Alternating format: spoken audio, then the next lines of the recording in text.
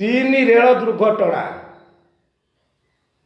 ବାହାନଗାରେ ଛୋଟ ଷ୍ଟେସନଟିଏ ଥାଏ। ସେ ଷ୍ଟେସନରେ ଗୋଟିଏ ମାଲଗାଡ଼ି ଠିଆ ହୋଇଥିଲା। କରମଣ୍ଡଳ ଏକ୍ସପ୍ରେସ ଗାଡ଼ିଟି 128 ସ୍ପିଡରେ ଆସୁଥିଲା। ହେଲେ ଗାଡ଼ିଟି ମାଲଗାଡ଼ି ସହିତ ଶକ୍ତ ଧକ୍କା ଦେଲା। କିଛି ସମୟ ପରେ ଆଉ ଗୋଟିଏ ଏକ୍ସପ୍ରେସ ଆସି କରମଣ୍ଡଳ ଏକ୍ସପ୍ରେସକୁ ଧକ୍କା ଦେଲା। ଏପରି ଧକ୍କା ଏକ ବମ୍ ପରି ଫୁଟିଲା। ହେଲେ ଡବାଗୁଡ଼ିକ ଖଣ୍ଡ ବିଖଣ୍ଡିତ ହୋଇ ପଡ଼ିଲା। ଡବା ଭିତରେ ଅଗଣିତ ପାସେଞ୍ଜର ଥିଲେ। ହେଲେ କ'ଣ ହେବ?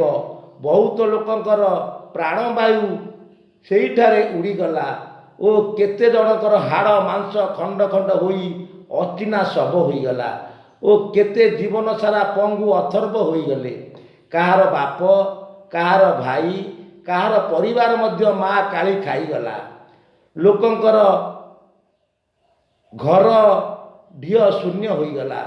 ଭଗବାନଙ୍କ ପାଖରେ ଏତିକି ପ୍ରାର୍ଥନା କରେ କି ଏପରି ଭୁଲ କେବେ ବି ନ ହେଉ। ସାରା ଦେଶ କାନ୍ଦୁଛି, ସାରା ଦେଶ କାନ୍ଦୁଛି, ସାରା ଦେଶ କାନ୍ଦୁଛି, ସାରା ଦେଶ କାନ୍ଦୁଛି।